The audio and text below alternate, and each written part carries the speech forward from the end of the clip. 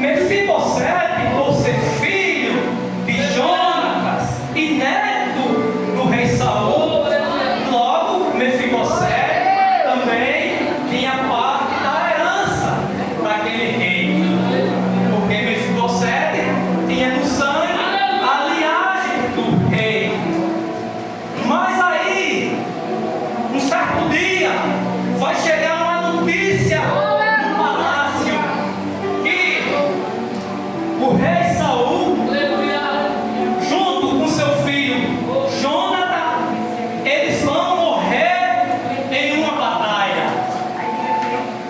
E naquela época, quando o reinado que ganhava a batalha daquele rei atual, eles tinham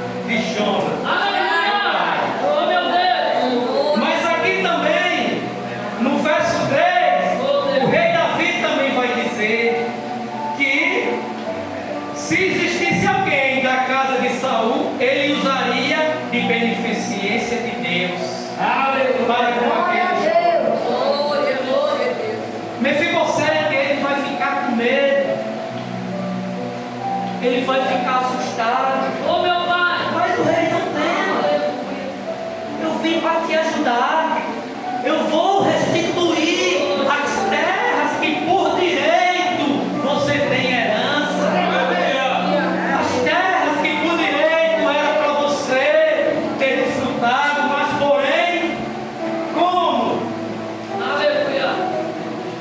O avô dele, o rei Saul, e o seu pai Jonatas, eles morreram devido a uma batalha que ficou Mefibosete. Então Davi usaria da sua beneficência para com esse jovem. E a Bíblia vai dizer que quando Mefibosete se inclina, Mefibosete vai dizer: quem é teu servo? Quem sou eu? Um cão morto para o Senhor olhar para mim. Glória a Deus. Glória a Deus. Glória a Deus. Aleluia. Então, Meu Deus. não sabia ele que ele estava na promessa. Oh, Deus. Não sabia ele que um dia ele sentaria na mesa do rei para fazer as refeições junto com o rei. E nós estamos hoje aqui Aleluia. para ceiar Glória. na mesa do Senhor.